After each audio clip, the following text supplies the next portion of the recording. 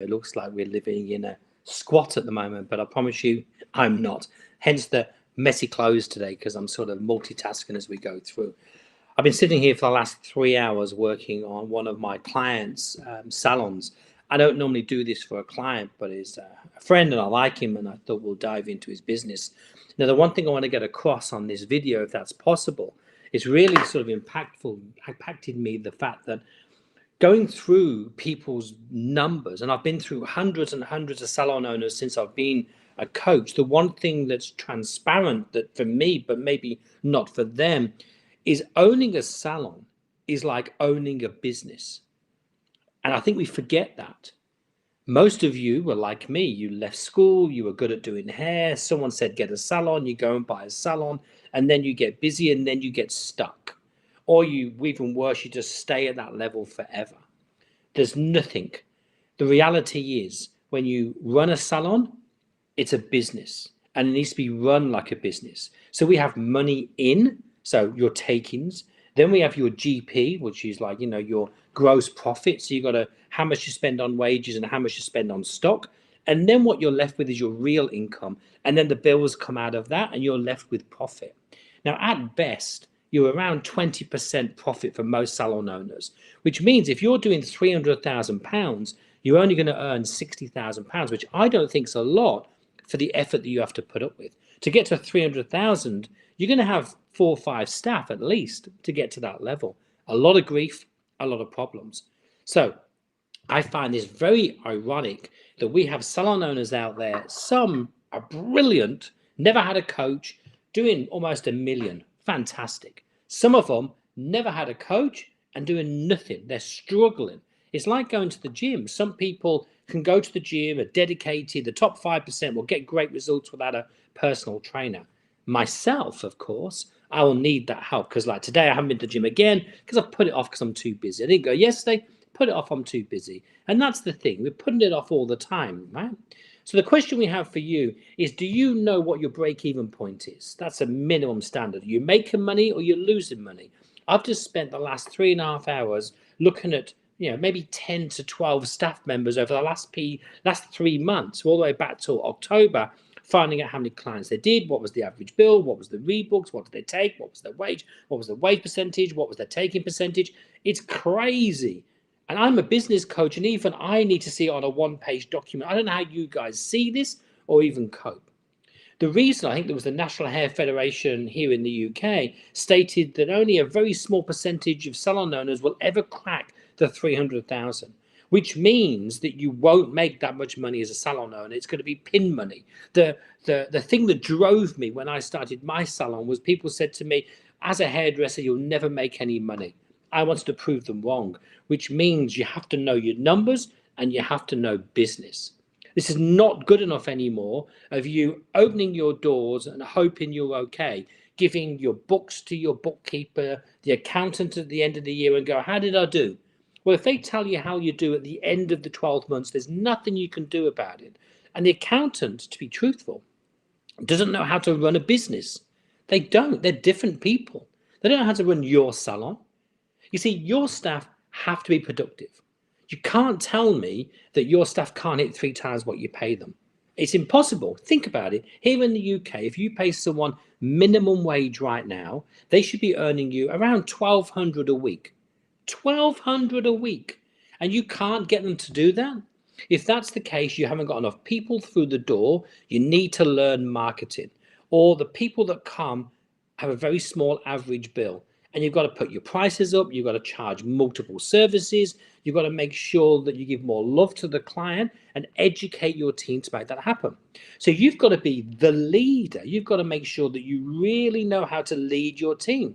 If you're sitting there at team meetings and your team are bored, then you don't know what to talk about. And if you don't know what to talk about, I know for a fact you don't have the big picture goal. What you're going to achieve next year isn't there. You're just turning up for work and then getting a bit of money at the end of it. And it's good until something goes wrong. And if you're anything like me, many years ago, I remember this happened to me twice. Once in the UK, when I first started, I was growing like crazy.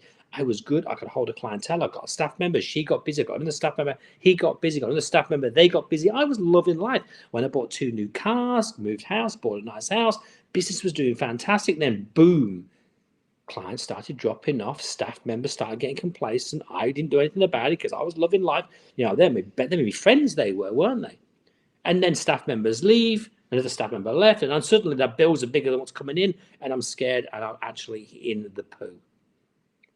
Got myself out of it, decided I'll never do that ever again, went and learned business with coaches, with business books, business seminars, and I set up my next salon in Australia with systems and procedures in place, with a clear goal for me as the owner, a clear goal for my staff, what needs to achieve, and we went about achieving that, and we did very well, successfully, brilliantly, making lots of money on the way until I took my eye off the ball because we were making so much money. I bought a second salon and I just forgot that I had to balance the books. I was taking staff on willy-nilly because I can afford it. I was buying stock willy-nilly. I was one of the best spenders in Australia. It was ridiculous. Hit the top 12, Richard. You're the best spender in the area. Thank you very much. Not an award. And then I realized it's to do with, like, you've got to know business skills and you've got to learn how to look after your money. And that's took me 25 years to learn this lesson. And I wish I'd learned it in 2. I'd have been a very wealthy person right now if I learned it in a shorter period of time. This video hopefully is going to hit you hard. I hope it is. If you're sitting at home right now and you're sitting there crapping yourself with the bills, this video is for you. If your business has been stagnated for a while and you're not growing or you're not paying yourself a decent wage, this video is for you. If you're growing your business super fast and going, hey, Richard, I'm just loving life, it's going to come crashing down, this video is for you. We should talk. This is not a sales pitch. I coach people and we give them a 30% increase and we probably achieve them 10, 15, 20 times more than they pay me. They win, win, win. I win. That's as simple as it gets. But if you don't know business, there's plenty of coaches, there's plenty of books, there's something you need to learn of how to balance a business. You can't say my brother's an accountant because he's not running your business for you. He's looking at a bunch of numbers at the end of the year. His job is to work out your tax efficiency of your salon. They cross the mark. I'm not going to go and tell you about tax. That's their job. Your job and my job is to make sure you make money in your salon. And that means each staff member needs to be efficient. That means you've got to be an expert at filling white spaces, get new clients in the door, educating your team, motivating your team, hold your team accountable, bring your team together so you've got this absolutely amazing ethos in the salon. And then it all comes together beautifully and you get to make some money. Your staff get paid really good money. You get paid really good money and your business is safe because it's built on absolute solid foundations. You can lose a staff member and it won't hurt you. This video is for you if any of this resonates, that you are not maybe got all your shit together. You know, it's time to take your mask off and realize that you're not as good as you think you are. And to do that, you need to come and have a chat with me and go, hey, I need some help. If I can't help you, I will push you towards a coach that can. Simple as that. Let's make sure as hairdressers, as beauticians, as nail techs, as barbers, whatever it is that you do in a salon service environment, it's time for you to make the money you're meant to make. It's time for you to look after your team, pay your team top dollar, and have good, healthy profit. Bit of a hard-hitting one today. I'm really sorry, but that's how I feel inside right now. Spending 3 hours of my life going through people's businesses with a fine tooth comb, finding every single section in there. When it comes down to it, it's a mess, and we're going to fix it, and that's the great thing. But I don't want you to get to that stage and come to me and say, hey, Richard, this is the stage we're at. Hopefully, this has made a big difference to your life, this video. If not, you can just bypass it and move on. Catch you all later.